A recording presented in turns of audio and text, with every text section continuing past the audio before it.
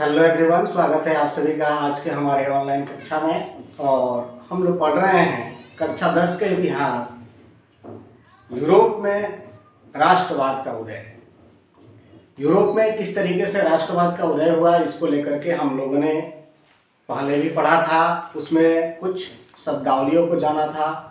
किताब के शुरुआत में हम लोगों ने एक तस्वीर देखी। उस तस्वीर में क्या है, आइए इसको हम लोग समझते हैं। देखिए, ये तस्वीर जो है फ्रेडरिक सारियो के द्वारा 1848 में बनाई गई है। ये तस्वीर बतलाती है कि किस तरीके से जो उस समय के देश थे उनमें किस तरह का से भाईचारा जो है बढ़ रहा था। यानी फ्रेडरिक सारियो ने विभिन्न देशों के बीच जो भाईचारा बढ़ रहा था उसको दर्शाने के लिए ये चित्र बनाई। ये चित्र जो है 4 चित्रों की एक श्रृंखला है, यानी इसमें 4 चित्र हैं और उसके माध्यम से उन्होंने बतलाने की कोशिश करी कि किस तरीके से यूरोप के देशों में राष्ट्रवाद की भावना जो है बढ़ रही थी।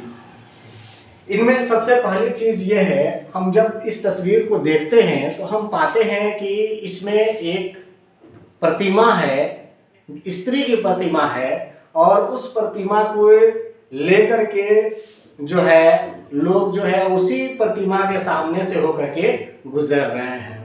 इस गुजरने के क्रम में हम ये देख रहे हैं कि उस जो लाइन लगी हुई है उस लाइन में सभी वर्ग और उम्र के लोग शामिल हैं, और सभी वर्ग और उम्र के लोग जो है उस प्रतिमा की वंदना करते हुए आगे की ओर बढ़ रहे हैं। अगर प्रतिमा को हम ध्यान से देखें तो हम पाते हैं कि प्रतिमा के बाएं हाथ में मशाल है और दाहिने हाथ में घोषणा पत्र है।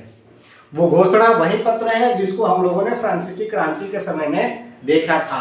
फ्रांसीसी क्रांति जो हुई थी 1789 की, उसमें जो घोषणाएं करी गई थी लोगों के लिए, वो घोषणा पत्र जो है उस प्रतिमा के हाथ में दिखाई दे रहा है। तो वो एक हाथ में मशाल है और दूसरे में घोषणा पत्र है। उसके ठीक नीचे अगर हम लोग ध्यान से देखें तो वहां हमें कुछ राजवंशों के राजमुकुट भी देखने को मिलेंगे, यानी राजवंशों के अवशेष मिलेंगे। यानी वे राजा जो राष्ट्रवाद आने की वजह से, गणतंत्र आने की वजह से वहां उनका शासन समाप्त हो गया था, उनको अवशेष के रूप में बिखरे हुए दिखाया गया है। तो ये तस्वीर के निचले हिस्से में आप लोग देख सकते हैं।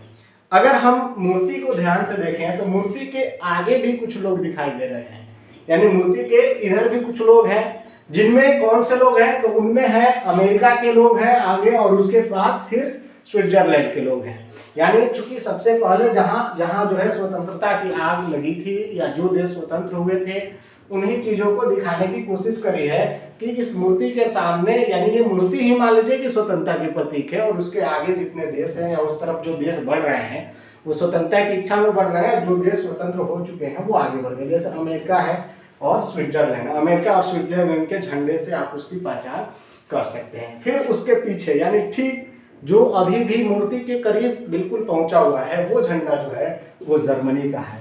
यानी जर्मनी जो है अब स्वतंत्र होने ही वाला है, या जर्मनी में राष्ट्रवाद की भावना जो है बहुत ज्यादा प्रगट हो गई है। उसके बाद आपको ऑस्ट्रिया दिखेगा, फिर सिसिली। सिसिली के 2 राजवंश रहे थे, तो वो 2 राजवंश आपको यहाँ देखने को मिलेंगे जो उस मूर्ति की तरफ बढ़ रहे हैं। तो सिसिली जो है इटली का प्रदेश था।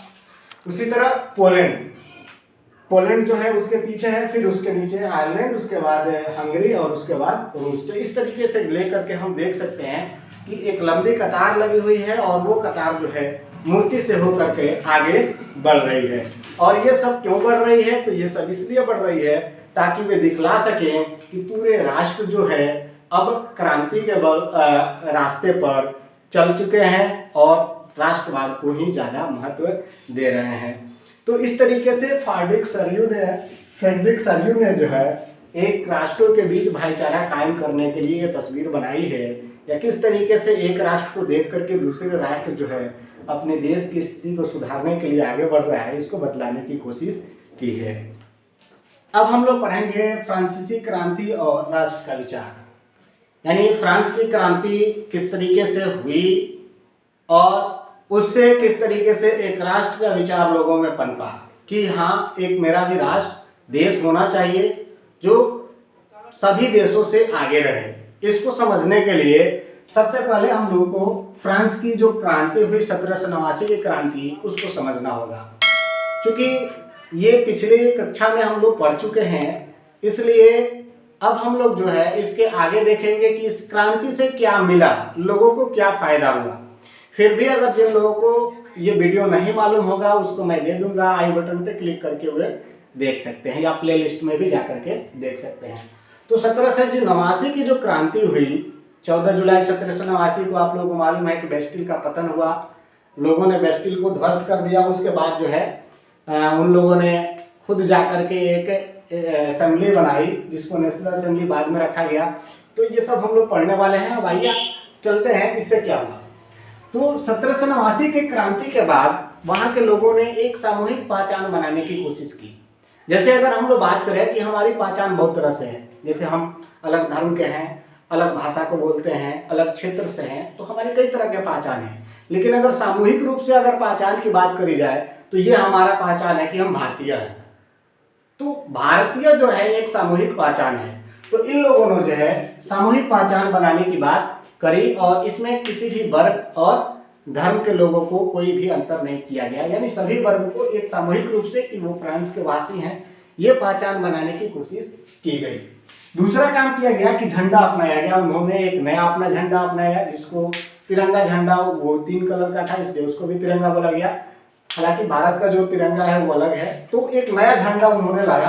अब झंडा जो है वो क्यों अपनाया जाता है, तो जैसा कि आप सभी जानते हैं कि झंडा जो होता है किसी भी देश के लिए आन बान शान का प्रतीक होता है। तो ऐसी स्थिति में फ्रांस के लोगों में राष्ट्र की जो एक परिकल्पना थी, उसको दर्शाने के लिए एक नया झंडा लाया गया।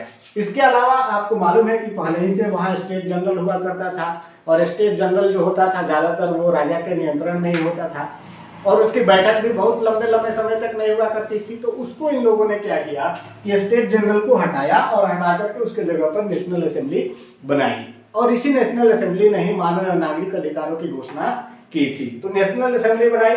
नेक्स्ट काम किया कि उन्होंने केंद्रीय प्रशासन व्यवस्था को अपनाया। तो केंद्रीय प्रशासन व्यवस्था, तो आप कहेंगे कि राजतंत्र में भी यही व्यवस्था थी, तो नहीं, राजतंत्र जो था उसमें केंद्रीय प्रशासन जो व्यवस्था थी वो केवल राजा के अधीन होता था। राजा ही सभी चीजों को नियंत्रित करता था। राजा जिसको चाहे फांसी दे सकता था, जिसको चाहे इनाम दे सकता था, जिसको चाहे बख्शिश दे सकता था। तो ये राजा के मन पे निर्भर करता था। लेकिन यहाँ क्या किया गया कि यहाँ भी केंद्रीय प्रशासन व्यवस्था को अपनाया गया, लेकिन वो किसके आधार पर, समान नागरिक कानून के आधार पर। यानी वो किस तरीके से काम करे, सब लोगों को समान रूप से देखें, किसी भी तरह का कोई अंतर ना हो। जैसे आपने पढ़ा होगा कि जो उच्च वर्ग के कुलीन हुआ करते थे उनको विशेषाधिकार प्राप्त था। तो ये कोई भी किसी भी तरह का विशेषाधिकार न दे, सभी कानून जो है सभी व्यक्तियों पर समान तरीके से लागू हो, इसको लेकर के केंद्रीय प्रशासन व्यवस्था अपनाई गई। नेक्स्ट है कि आयात निर्यात शुल्क जो था उसको समाप्त कर दिया गया। अब ये क्या शुल्क है, तो अगर आप मान लीजिए कि किसी राज्य से दूसरे राज्य में सामान आ रहा है, या आपके राज्य से किसी दूसरे राज्य में सामान जा रहा है, तो उस पर क्या होता था, टैक्स लगता था, कर लगता था। तो कभी कभार होता ये था कि ये बहुत ज्यादा टैक्स हो जाता था। जैसे हम अनुमान के लिए मैं आपको बता दूं कि कोई सामान 8 रुपये की हुआ करती थी, तो उस पर जो है 10 रुपया 12 रुपया टैक्स हो जाता था। तो इस तरीके से क्या हो जाता था, उसका दाम जो है 18 रुपया या 20 रुपया हो जाता था। तो ये बहुत ज्यादा नुकसान होता था। क्रय कर जो था वो बहुत ज्यादा लिया जाता था। तो उस टैक्स को क्या किया गया, समाप्त कर दिया गया। और इसे समाप्त कर देने से क्या हुआ, तो व्यापार जो था वो बहुत तेजी से बढ़ा। इसके अलावा दूसरा काम क्या किया गया कि नाप तोल की जो व्यवस्था थी उसको समान बनाया गया। यानी जो अलग अलग जगहों पे जाने पर अलग अलग वस्तुओं के जो वजन नापने की प्रणाली थी, मात्रक थी, इकाई थी, वो अलग अलग थी। तो कभी कभार होता ये था कि एक जगह कोई सामान 8 किलो हुई और उसी चीज को दूसरे जगह ले जाया जाता था तो 15 किलो हो जाता था या घट जाता था। तो इस तरीके से बहुत ज्यादा परेशानियां हुआ करती थी। तो ऐसे में क्या किया गया कि उसको हटा दिया गया और हटा करके एक सामान बनाया गया, यानी एक भार कर दिया गया। जैसे मान लीजिए कि भारत में अगर 1 रुपया है, रुपया जो है रुपया चलता है, हर जगह चलता है। अब 1 रुपये का जो रेट है वो पूरे स्टेट में इंडिया में जो है 1 रुपया ही होगा, लेकिन वो अलग अलग हो जाए अलग अलग जगहों पे तो फिर मुश्किल हो जाएगी। तो वही चीज था। इसके अलावा क्षेत्रीय बोली को प्रोत्साहित किया गया, यानी विभिन्न क्षेत्र के जो लोग हैं उनको बोला गया, प्रोत्साहित किया गया कि वो अपनी भाषा को अपनाएं। जैसे कई बार आप लोगों ने सुना होगा कि हिंदी जो है हमारी भाषा है, लेकिन लोग जो है अंग्रेजी की ओर ज्यादातर बढ़ते जा रहे हैं। तो सरकार द्वारा ये प्रयास किया जा रहा है कि लोग हिंदी को अपनाएं और हिंदी के साथ साथ अपनी जो उनकी क्षेत्रीय बोली है, जैसे हमारी भोजपुरी है, तो इस तरीके से जो मैथिली है, तो इस तरह की जो बोलियां हैं उनको लोग ज़्यादा से ज़्यादा जो है अपने बोलने में इस्तेमाल करें। तो क्षेत्रीय बोली को प्रोत्साहित किया गया और इससे होगा क्या कि हम किस क्षेत्र के हैं, किस राष्ट्र को जो है रहने वाले हैं, ये बहुत आसानी से लग जाएगा, पता लग जाएगा। और साथ ही साथ जो है इससे लोगों में राष्ट्रीयता की संचार होगा, भाईचारे का संचार होगा कि चलो भाई ये भी हमारे ही क्षेत्र से बोलने वाला है। जैसे आपने सुना होगा कि ऐसे अनजान व्यक्ति है और उससे बोलना शुरू करता है तो वो हिंदी में बात करता है, फिर उसको पता अरे बिहार के हम वो बिहार के हैं, तो फिर इस तरीके से जो भाषा चलती है वो दोनों में मित्रता प्रगाढ़ कर देती है। तो क्षेत्रीय बोली को क्या किया गया, प्रोत्साहित किया गया। इसी क्रम में इन चीजों को, राष्ट्रवाद को अन्य लोगों ने भी प्रोत्साहित किया, जैसे छात्रों ने, अध्यापकों ने प्रोत्साहित किया। तो छात्रों और अध्यापकों ने क्या किया, मिल करके जैकोबिन क्लब की स्थापना की। कई क्लबों की स्थापना की जिनमें जैकोबिन क्लब भी था, जिसका नाम आप लोगों ने रॉबस्पियर के बारे में सुना भी था। तो इस तरह से कई सारे कार्य किए गए। इसके अलावा जो है नेपोलियन के द्वारा भी कई सारे सुधार किए गए जिससे राष्ट्रवाद की भावना बढ़ी। इस वीडियो को हम जो है नेपोलियन के बारे में जो जानकारी है उसको हम अगले कक्षा में पढ़ेंगे। तब तक आज के लिए इतना ही, मिलते हैं फिर नेक्स्ट वीडियो में। तब तक आप पढ़ते रहें, सीखते रहें, देखते रहें। धन्यवाद।